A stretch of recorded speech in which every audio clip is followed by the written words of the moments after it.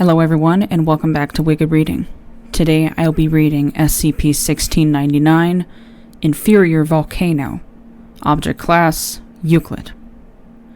SCP-1699 is a dormant volcano located northwest of Holtsfjallavager, Iceland. It consists of little more than a volcanic vent, approximately 1 meter in diameter and 1/3 of a meter tall at its highest point. SCP-1699 is sapient and is capable of speech via anomalous means. SCP-1699 is willing and able to communicate with attending personnel, and upon first contact, expressed a desire to be more destructive and better at being a natural disaster. Over the course of its containment, the psychological condition of SCP-1699 has declined. It appears to have developed an inferiority complex, often comparing itself to other larger volcanoes in Iceland and other places. Despite this, psychiatric assistance of the entity has been deemed yet unnecessary.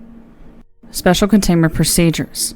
Research Outpost 1699 Alpha, disguised to the public as a Reykjavik University volcano research station, has been constructed around SCP-1699.